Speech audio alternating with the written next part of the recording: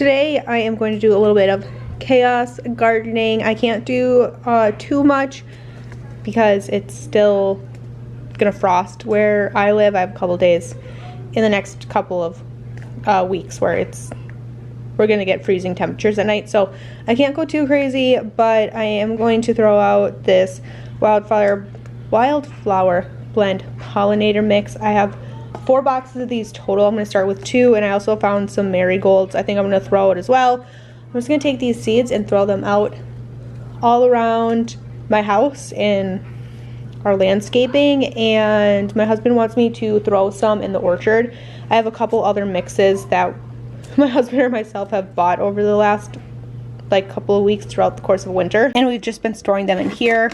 So we have this pollinator mix. We like the ones that are perennials. They bloom year after year, so you just kind of throw them and let them be. I have 2 more of these wildflower blends, and then I got my husband this one for Christmas. It's a perennial wildflower seed mix. I think he wanted me to throw some of these out, so I think I might take both of these as well, and we'll just kind of reach into a little bit of all of the bags and throw them around and see what sticks. A helper who's going to come out and help me, so this is everything I'm grabbing.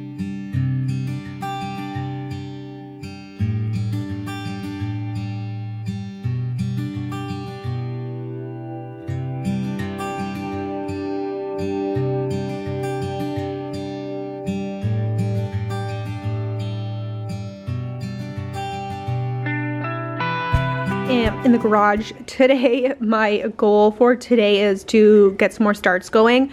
I just dumped my seed starting mix in here, and I'm going to add some of this True Organics all-purpose plant food fertilizer into this. I checked, you can put this in for potted plants or starts. I'm gonna add just a little bit, and then I'm gonna mix up this seed mix and wet it a little bit. Go ahead and start some seeds. It's pretty nice out. It's like 50 today, but with all of the wind, it's pretty cold. So I'm going to do it in the garage. That way I don't have to worry about my seeds flying everywhere.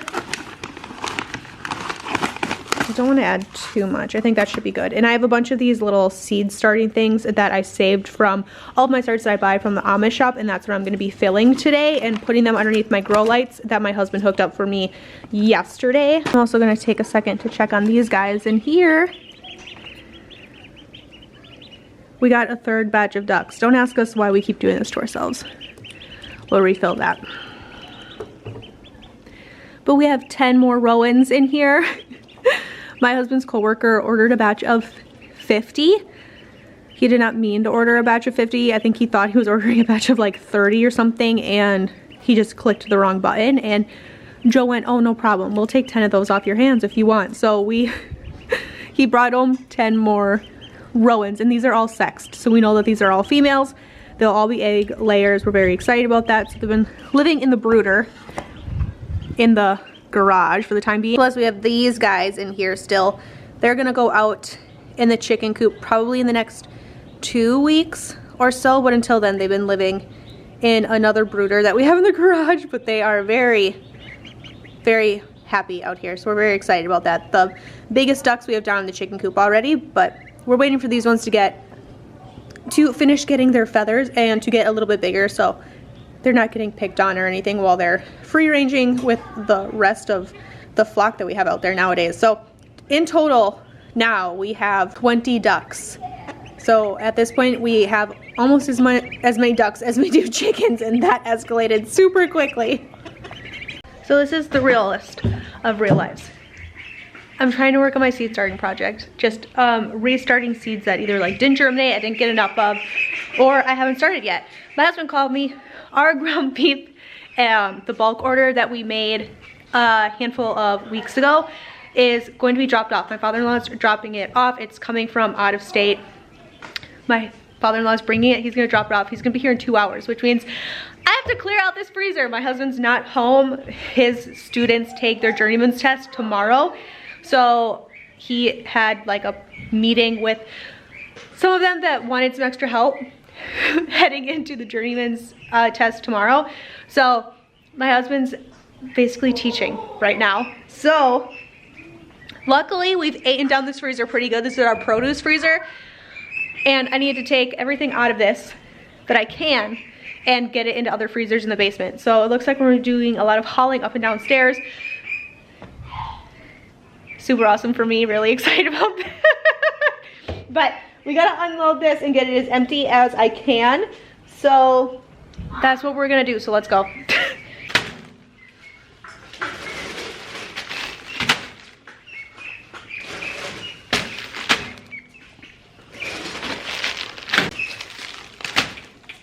These are all of the vegetables we still have left from the Homestead garden to get us through probably until like July when things are producing again. So I'm really happy with all of this, really great. That means all of our hard work paid off.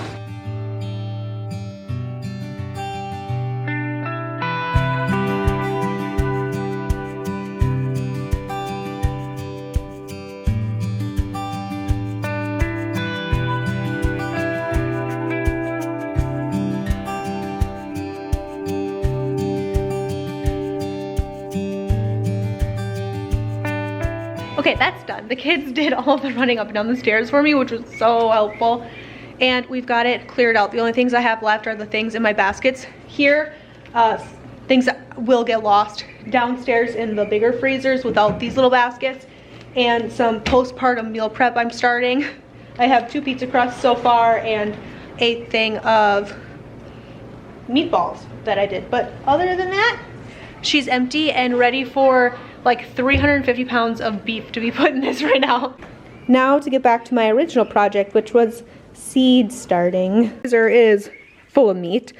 Basically from here over all the way down is all ground beef. We get ours in 2-pound sections because that's what we like. All of these are tenderloins. We already had one of these. They are delicious. And I'm in here grabbing bacon. I need bacon for 2 things I'm going to be working on over the next day or so. So I'm going to grab 2 packages of bacon and we'll talk about this in a little bit. I just got delivered our really big box here. It is full of plants. We ordered this from Yellow Rivers Nursery. If you followed the permaculture orchard that we put in last year, we ordered all of our trees and all of our plants from 2 different nurseries here in Wisconsin. One is Yellow River Nurseries. They deliver. It's an option for it. You do, I believe you have to pay for it, but it's well worth it for us because the nursery is a good amount of time away from us. And then there's another one that we ordered from, and it's Sustainable Wildlife Habitats, and they don't deliver, you have to go pick up, but that's where we ordered all of our trees from. That's where the bulk of our order is. Even this second time is from Sustainable Wildlife Habitats, but we get all of our berries and stuff from Yellow River Nursery. So I don't even remember everything exactly that we ordered.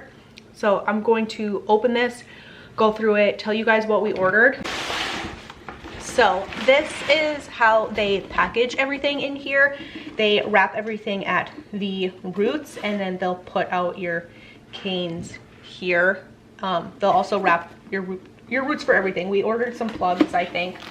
It will come with your invoice here. I'm just covering up our information, but order information and stuff here. A copy of everything that we ordered with prices and basically your receipt. They also come with tips for planting everything that you ordered, how everything likes to be planted, depths, soil, all of that stuff. They'll have it in here. It's really great. Like I said, we ordered from them last year. We liked them so much we ordered from them a second year in a row. The first thing we ordered here were strawberry variety. They offer, I think, 3 different types of strawberries here. I'm gonna look at my you know what, let's just pull out the invoice and make sure that we're getting everything right here.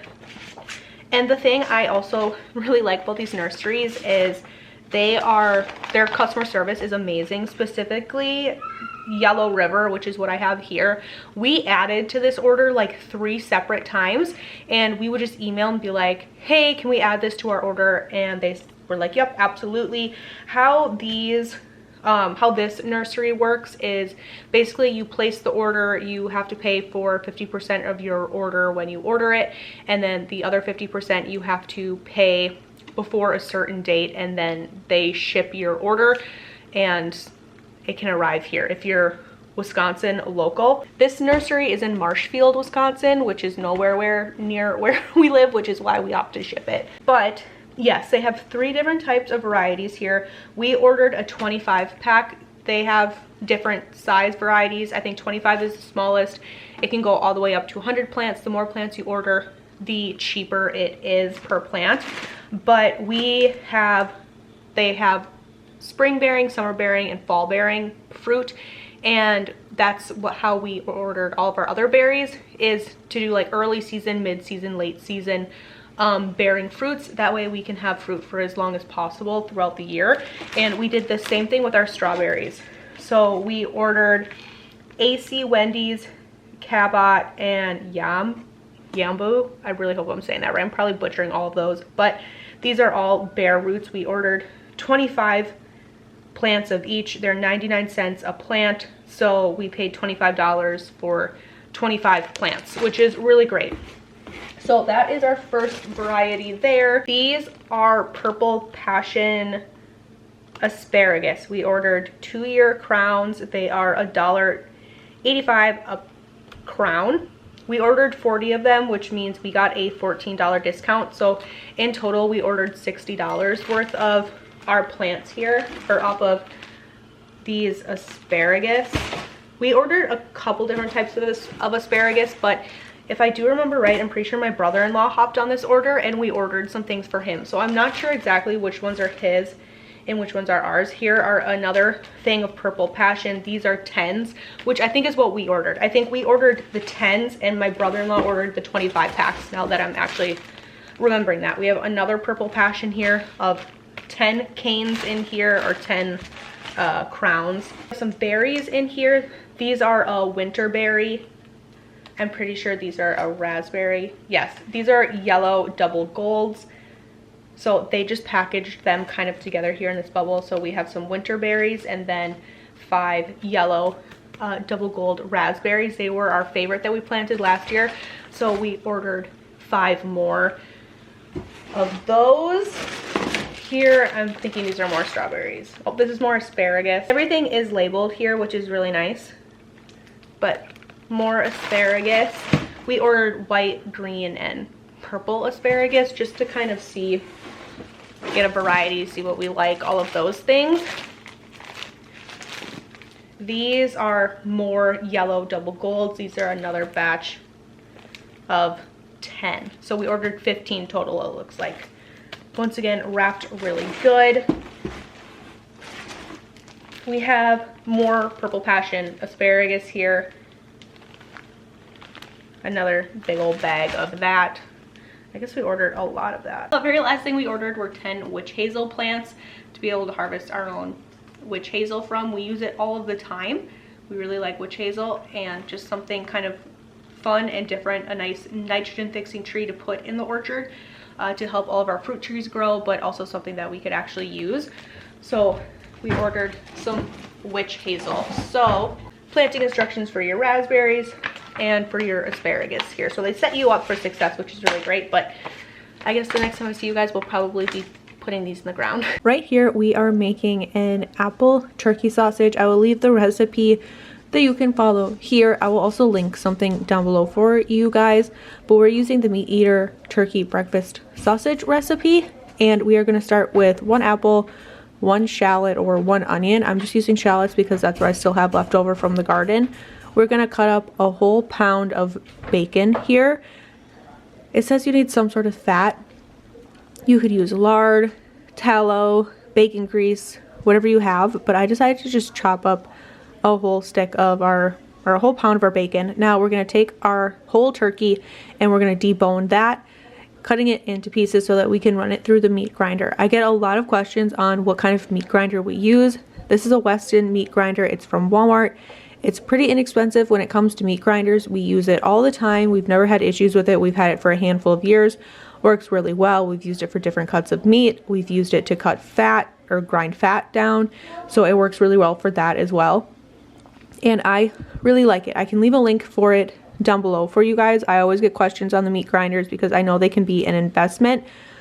We are going to skip all of the sage and kind of the more heavy flavored ingredients in our sausage. I went with just seasoned salt and pepper. I really want the apple to be kind of like the star of this. And we are going to put these into our bulk meat bags. We get these from Cabela's. We buy them in bulk. They're very inexpensive to buy from bulk. How we like to do this, you can see here, is we will put a canning funnel on the top of our meat bags here, and we just pinch it at the top of the feed bag, holding onto the funnel, and we'll just feed it in that way. Very easy. It doesn't create a big mess, and it's just it's the easiest way that we have found to do it. I save all of my bread ties from bread that I buy or buns or anything like that, and I will store them with our meat grinder parts. That way when we grind meat, I don't have to buy ties, and then it's just about labeling and putting them in the freezer. This was an intensive process, I'm not gonna lie. Cutting down that turkey took a lot of time, but it was well worth it. We ended up getting 11 meals out of this turkey sausage, and I'm very excited to give it a go. Thank you guys so much for hanging out with me today, talking about all the things that are happening on the homestead here in the spring, and I will catch you guys in another one. Bye.